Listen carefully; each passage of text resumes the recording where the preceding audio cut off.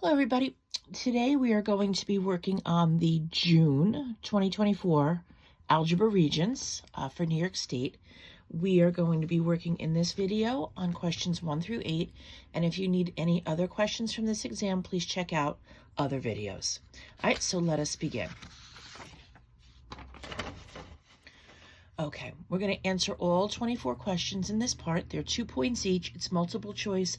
So when you bubble your answers on the answer sheet, they are either correct or they're incorrect. Either you get the points or you don't. There are no partial credits here.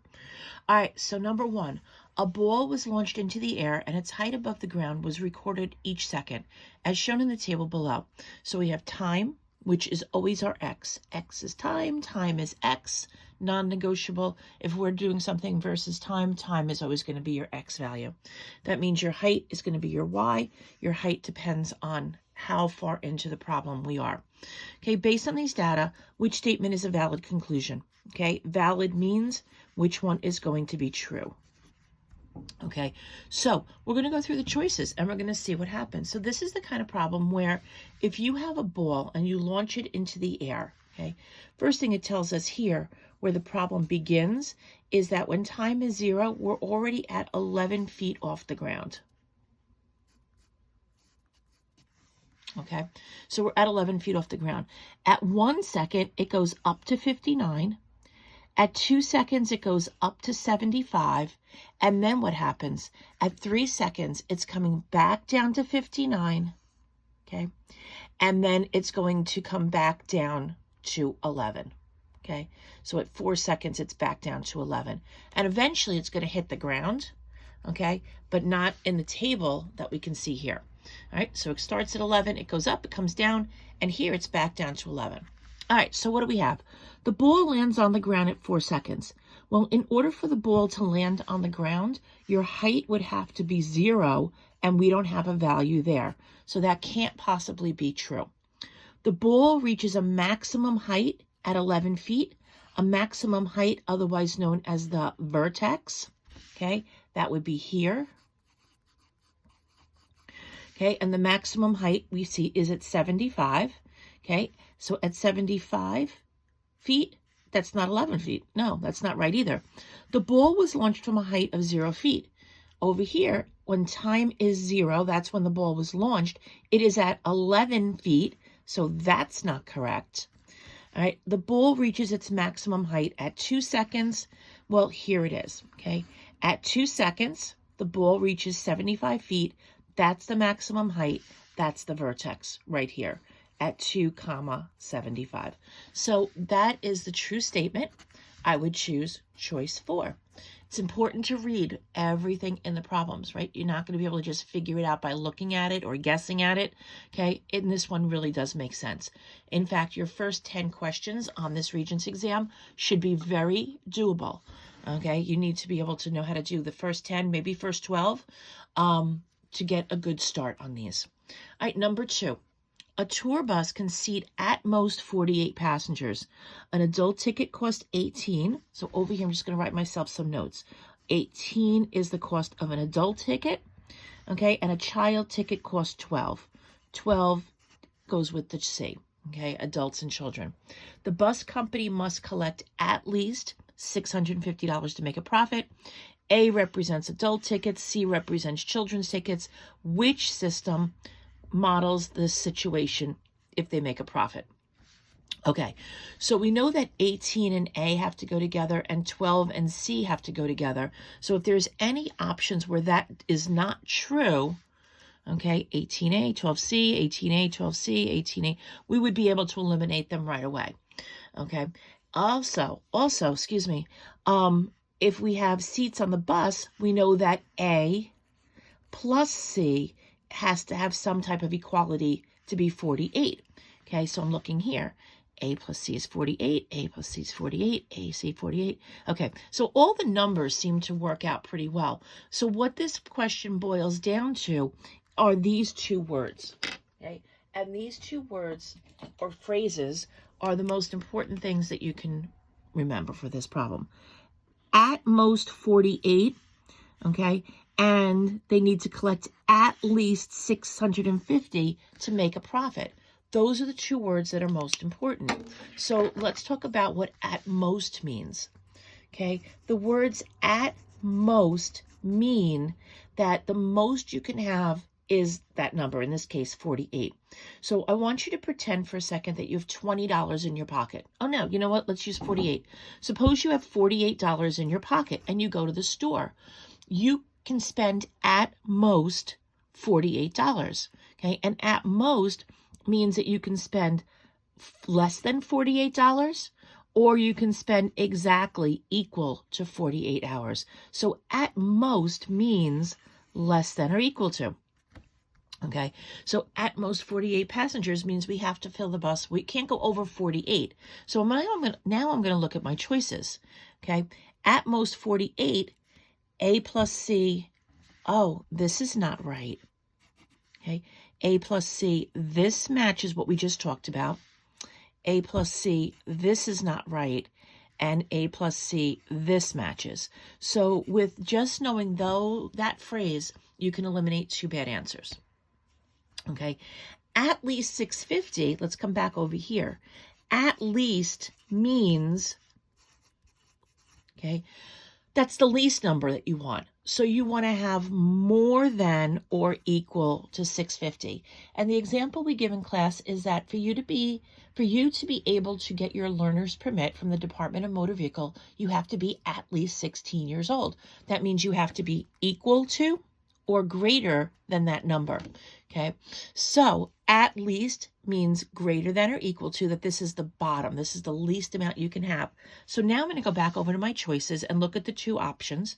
Okay, this works, so this is good. Okay, this is in the wrong direction, so this is not good.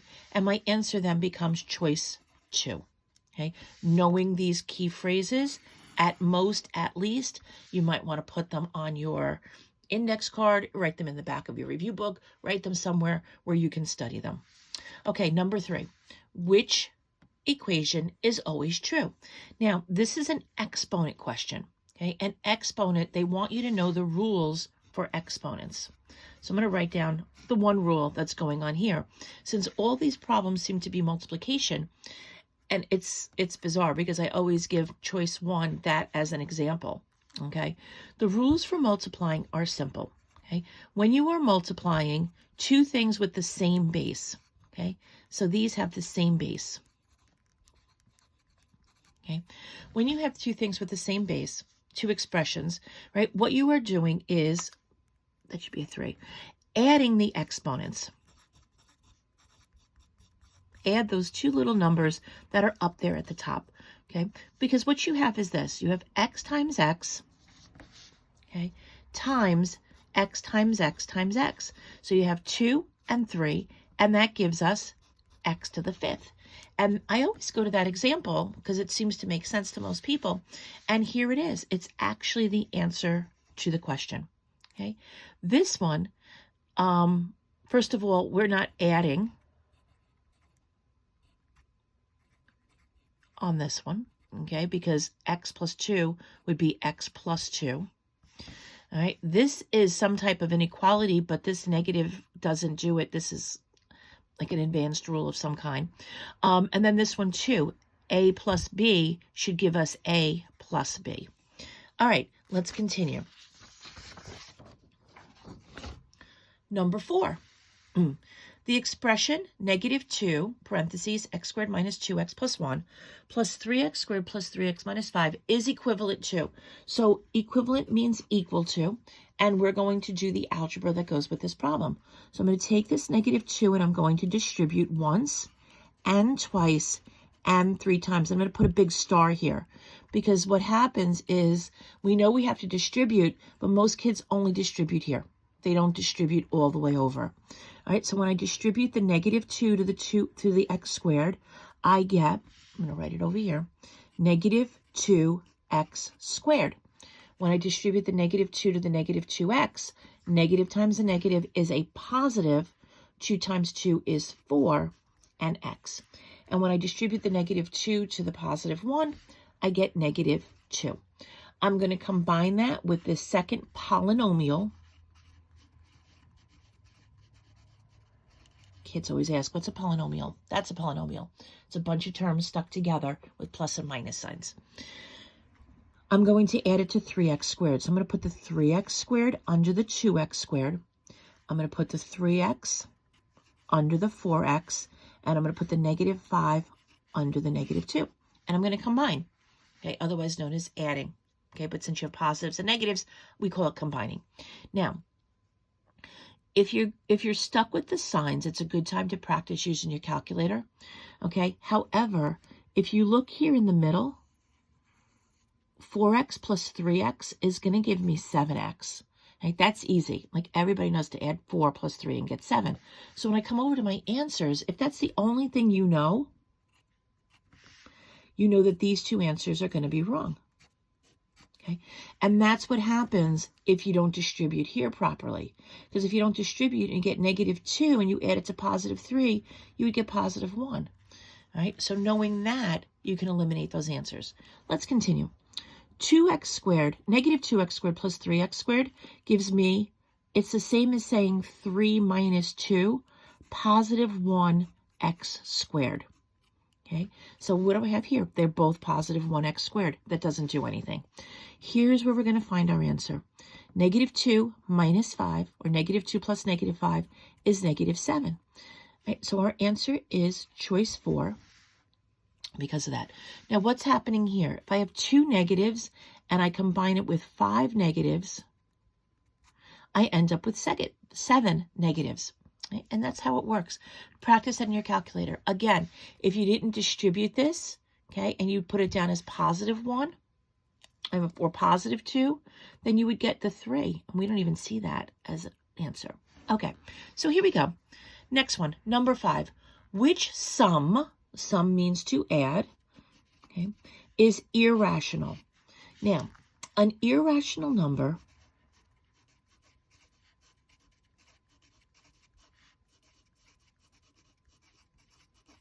okay, cannot be written as a fraction. That's our number 1 go-to definition for an irrational number. And you should write that down in your study collection, right? In the back of your book, on an index card, somewhere where you're going to remember that term. All right, so an irrational number cannot be written as a fraction. So if you took any of these choices, now it's time to go to your calculator. Okay, and notice this is really the first time I'm picking up the calculator before we, since we've been starting this, okay? Okay, so here we go. If I put this into my calculator, the first one, choice 1, negative 2, okay, square root is second x squared, put in the 12, and step out of the square root sign, and then add the square root of 100, okay, you get this number, okay, and can you math frac it? Okay, math frac is a great way to test to see if something can be written as a fraction. So math, okay, choice 1 is frac, enter, enter, and it doesn't change. So this one cannot be written as a fraction. Therefore, it must be irrational. Okay, but I want to show you 2 more things. Okay, number 1. First of all, if you get the answer on choice 1, you should absolutely go back to your calculator and check out the other choices. Okay, so negative 4, second square root of 4, step out of your square root symbol, plus 1/3, 1 divided by 3, second square root of 900 gives me an answer of 2. 2 over 1. Okay, and if you did that with the other choices, you would also get rational numbers. Now, how come we're getting rational numbers? Well, if you know your perfect square list, the square root of 4 is equal to 2. The square root of 900 is probably not one that you are familiar with, but second square root 900 is equal to 30. Right? And since these are perfect squares, this is not going to be irrational. Same thing goes on here. These you should recognize. This is 5. 5 times 5 is 25. 8 times 8 is 64. When I add these together, it's going to be rational. 7 times 7 is 49. 11 times 11 is 121. So if you know your perfect squares, this problem becomes less of a calculator question and more of a I know what I'm doing question. All right, number 6. We're going to solve this. Solution means that you are going to solve the equation. All right, so I'm going to write that over here. 4 parentheses x minus 5 divided by 3 plus 2 equals 14. Okay, when I solve equations in class, I like to use PEMDAS in reverse. So I'm going to write down the words for order of operations, and we're going to work backwards. So the first thing I ask myself is, do I see addition or subtraction? And I do. I see addition here, and so we do the opposite. Minus 2, minus 2. So I end up with this fraction. The 2's will cancel. That's called the additive inverse or the addition property of equality. They ask for properties, yes. Equals 14 minus 2, which is 12. Okay, so that's my first step right here. Okay, my second step is D for division. Okay, do I see division? Do I see a fraction? And the answer is yes, I see this fraction. 4 parentheses x minus 5 divided by 3. So we do the opposite. The opposite of divided is multiply. I'm going to multiply by 3, and here I'm going to multiply by 3. The 3's will cancel because 3 divided by 3 is 1. I'm left with 4 parentheses x minus 5 equals 12 times 3, which is 36. I did the division. Do I see multiplication? Okay, and the answer is yes, I do. Now, I think a lot of kids at this point would distribute and then start at the bottom again. So that's what I'm going to do. But you could divide by 4, okay, and then go back and do the minus 5. But I'm going to do the distributing. This is the distributive property. We saw that above. 4x minus 20. Make sure you distribute to both terms. Equals 36. So I did the multiplication step. Okay, I don't have an exponent. I took care of the parentheses, and we start back at the beginning again. Okay, do I see addition or subtraction? Yes. I'm going to add 20 to both sides. I get 4x equals 56. Okay, and then divide by 4, and x is equal to 14. Use your calculator. Come over here. X is equal to 14. Now, if you're not fond of solving equations, okay, or you get a little scared because of the fraction, your second option is to do this, okay? These are nice numbers. These are nice whole numbers.